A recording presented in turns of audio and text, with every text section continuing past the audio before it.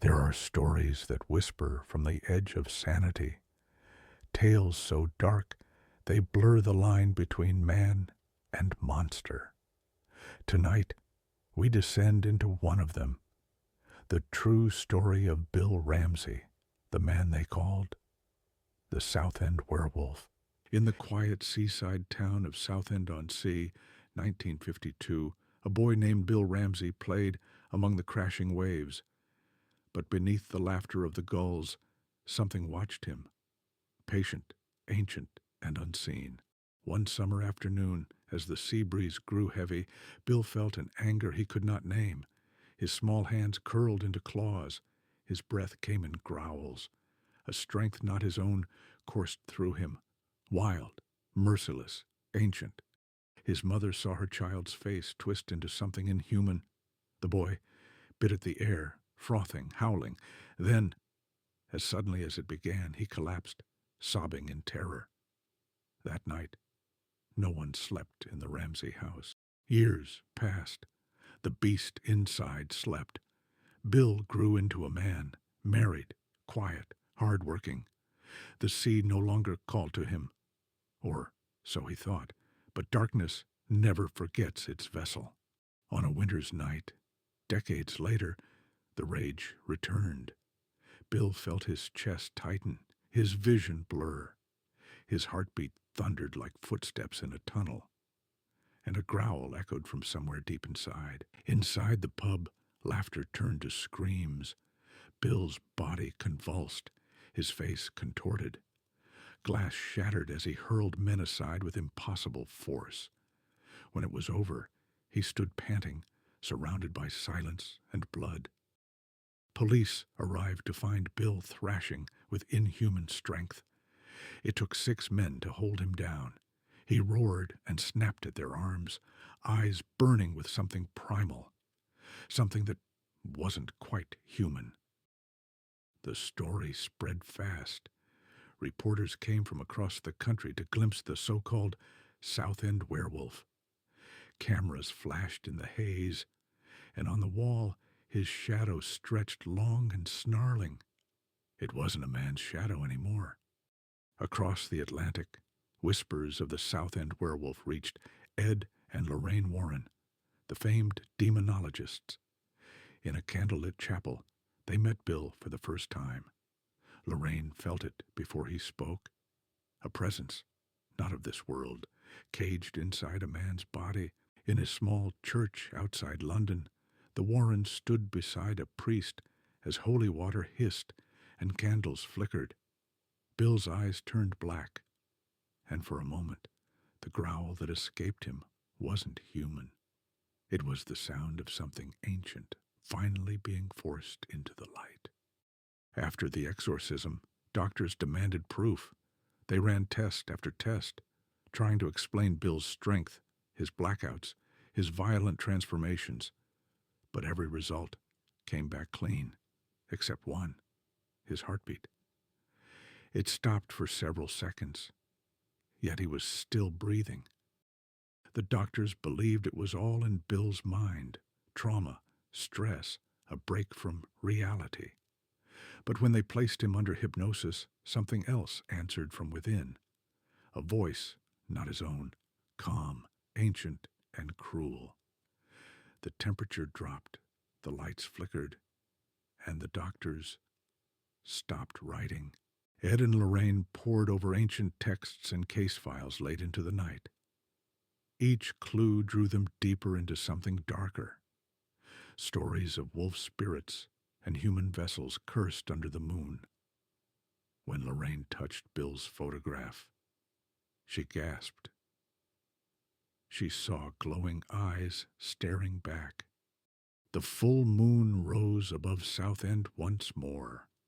Bill stood in the fog, trembling, clutching his chest as the beast stirred.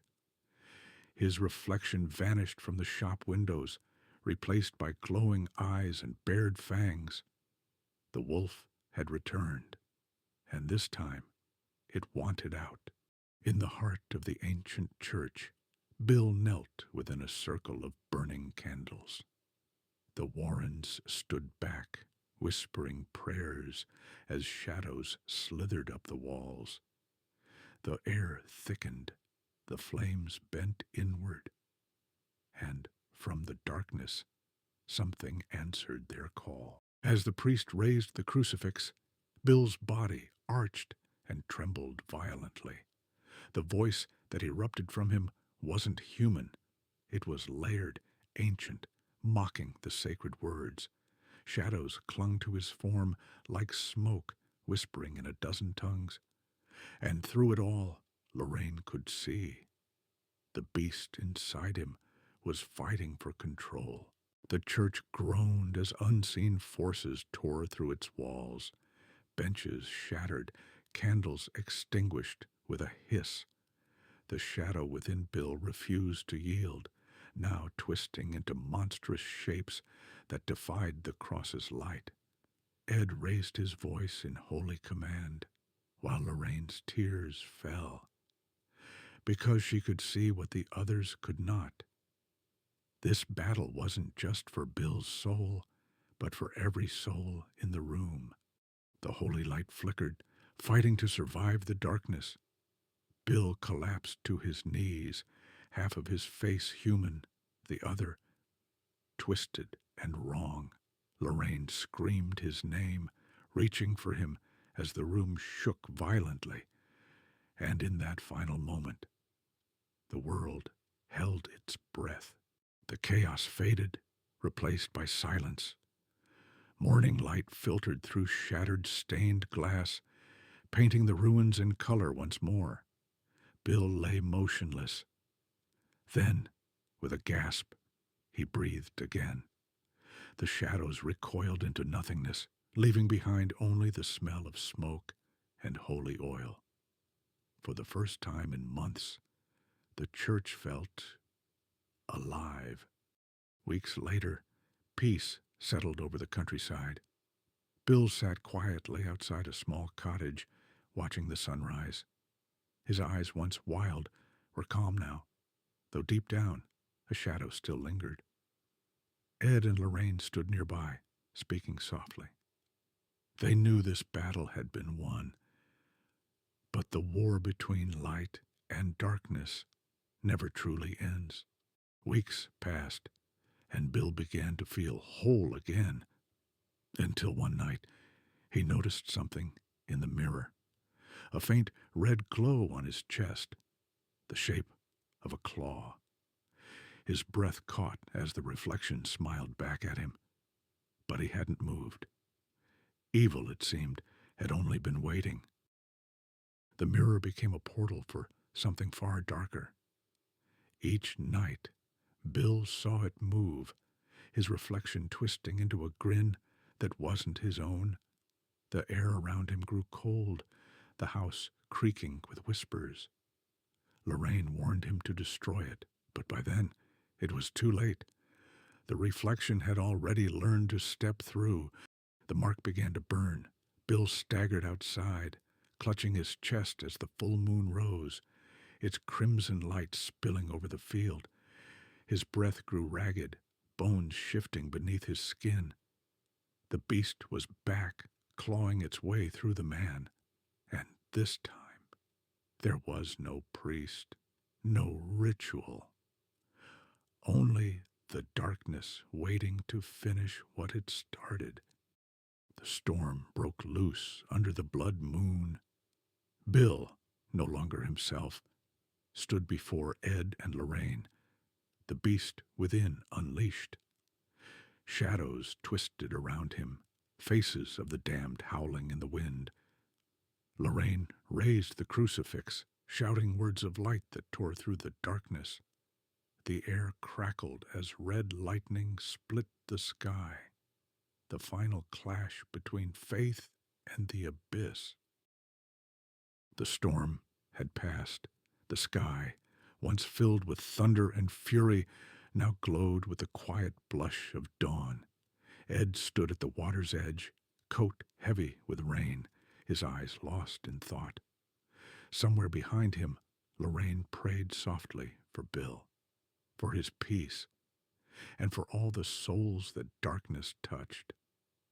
The world seemed calm again, but Ed knew evil never truly sleeps. Dawn broke over the misty countryside. Bill walked alone down the dirt path, the air cool and still. Yet the faintest whisper followed behind him. Ed and Lorraine watched from afar, their faces marked by both relief and fear.